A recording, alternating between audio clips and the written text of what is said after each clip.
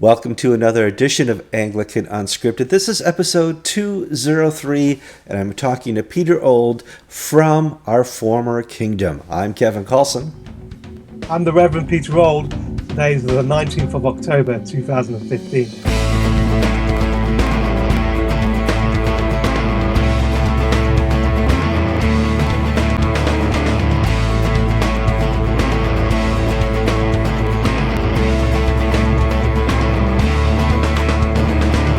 Okay, Peter, it's been a long time. I moved and we lost contact.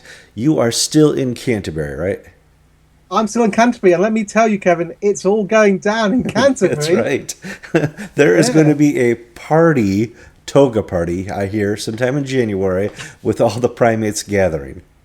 Perhaps a Chasuble and a Cope party. Yes, the Canterbury meeting is on. The Global South Primates have said that they're coming.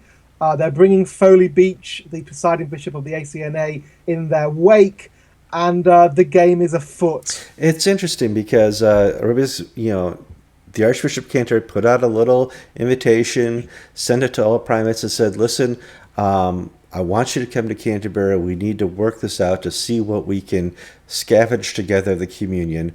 And people are like, well, there's no way Gafkon's going to go in the Global South. But as fate would have it, they had a meeting in Cairo this week. And at that meeting, they said, yes, we're going to come. But I think they set the agenda there. So this is interesting. Justin Welby has spent the first year or two of his archbishopness going around all the different provinces of the Anglican Communion, meeting the primates, meeting the key figures, trying to establish some of those relationships of trust and affection, which really have broken down during the time of Rowan Williams's premiership, him being primus inter pares. And so I don't think it's that much of a surprise that the Global South, that the GAFCON primates are coming. But I think I know why they're coming, and it's what you said. It's because Justin Welby has asked the primates coming to set the agenda.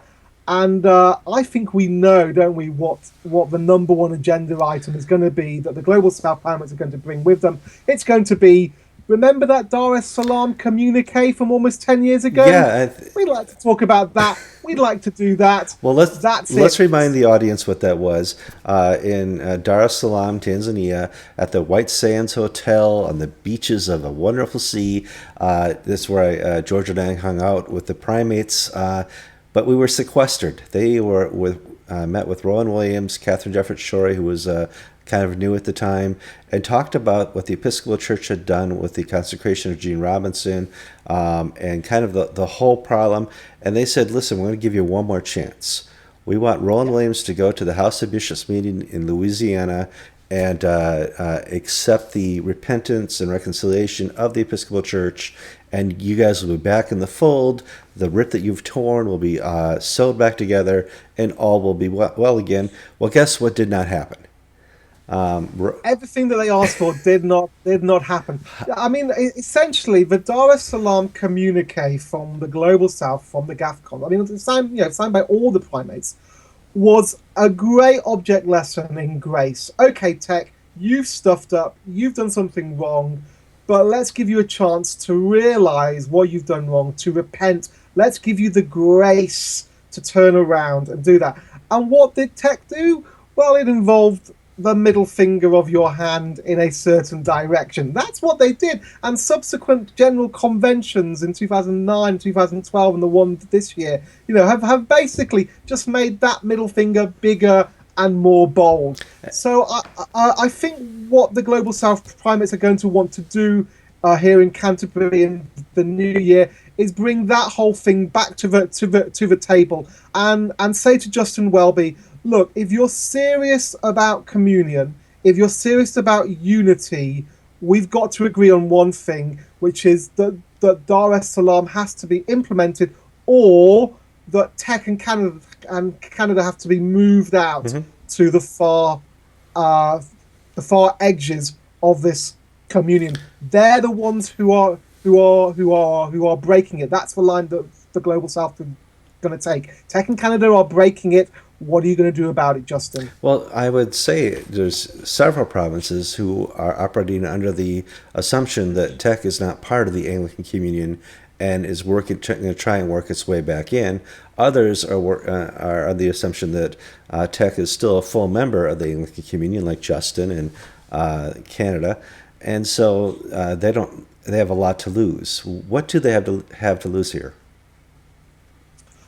Well, I think. Well, let's start with Justin Welby. Okay, I don't think Justin Welby is as.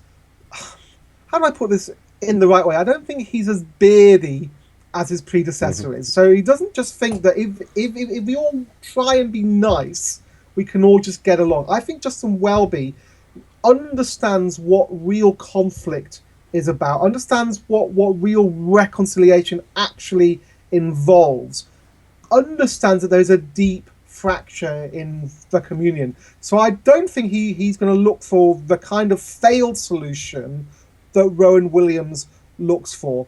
What he's got to lose, well, what he's got to gain is bringing the communion, or at least the vast majority of the communion, together around a particular position.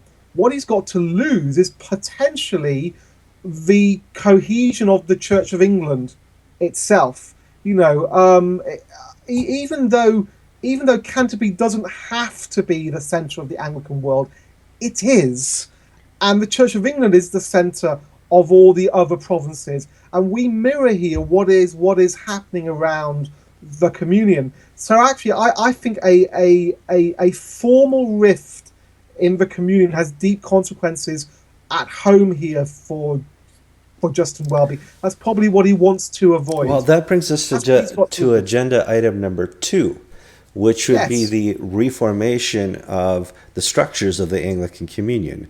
We've operated since the mid-70s under the principles. The primates are a part of this instrument of unity. The ACC is a part of this instrument of community. And Justin and the office of Archbishop of Canterbury is also a part of this. It's been suggested by GAFCON and others that it's time to rework this, that the current structure of the Anglican Communion doesn't work. So what are some of the options out there? And I think Justin Welby knows this. So some of the options are to move to a much more confederal kind of system, so that you're in relationship with Canterbury, but not with each other. Mm-hmm. So you sort of have a group of provinces over here that have a relationship with Canterbury, and you have a group of provinces over here that have a relationship with Canterbury, but those two groups don't really have a relationship with each other. Now, in theory, that can work, right? Mm-hmm. In theory, basically Canterbury just becomes the center of a much looser. He's a hub, and he decides where the spokes go. He's the hub, and he decides where the spokes are going to. He decides where the spokes go. But of course, what you'll end up with are two groups that are not in communion with each other, even if they're in communion with Canterbury. Mm. And, you're going to end up with the ridiculous situation where you have a primates meeting, but with different chapels set aside in the cathedral for different groups to have their communions in. Now, you know what? Perhaps that's even been set up already for the New Year meeting here in Canterbury. Yeah. And that would be a sign that Justin understands where things are going. Now, if that's the answer, it involves the two groups wanting that to exist. Mm-hmm. Can Nigeria and Tech both be in communion with Canterbury, but not in communion with each other? If they both can make it work, now Tech will just make it work because hey, we all love everybody, even when we go like that to them.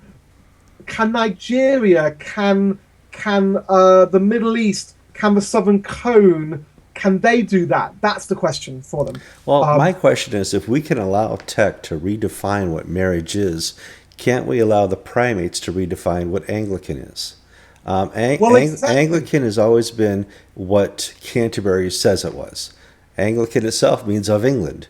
And so we've given the right to the Archbishop of Canterbury to define Anglicanism in a whole Yeah. for us for a long time. Well, Anglicanism certainly is sort of English. It's certainly not at the moment anything angelic. Um, yeah, I mean, could it be that Anglicanism is redefined around an historic liturgical tradition that then diverges in different areas? And so you remain in communion with the home of that historic liturgical tradition, but you don't remain in communion with divergences from that. Now, that begs the question, what happens when the home of that historic liturgical tradition changes its liturgical tradition, Right. right? Yeah. So what happens then? And I can see, I can see Nigeria and the Middle East, or all the global South, remaining in communion with Canterbury as long as the Book of Common Prayer says what it says at the moment about marriage. I can't see them doing that if the Church of England changes its doctrine of sex and marriage. I can't see that happening. At that point, the global South go bye bye. Yeah, yeah, that's kind of been the assumption up to now is the Global South and GAFCON were not going to return to the table. Now, this begs the question, and I hate to use that phrase, there is something called the AMIE in England. Yes. What effect does this have when there's talks going on at the highest level of the primates about getting the band back together, so to speak? What's the effect of the MIE? Nothing. Okay. And that's probably going to upset some of our watchers. The AMIE, I'm afraid, has little effect on these things. It really, I'll tell you why. Because it's centered amongst a particular portion of evangelicals. It doesn't have any form of unifying orthodox collectivism in the same way that sort of ACNA and that whole kind of conglomerate around that does.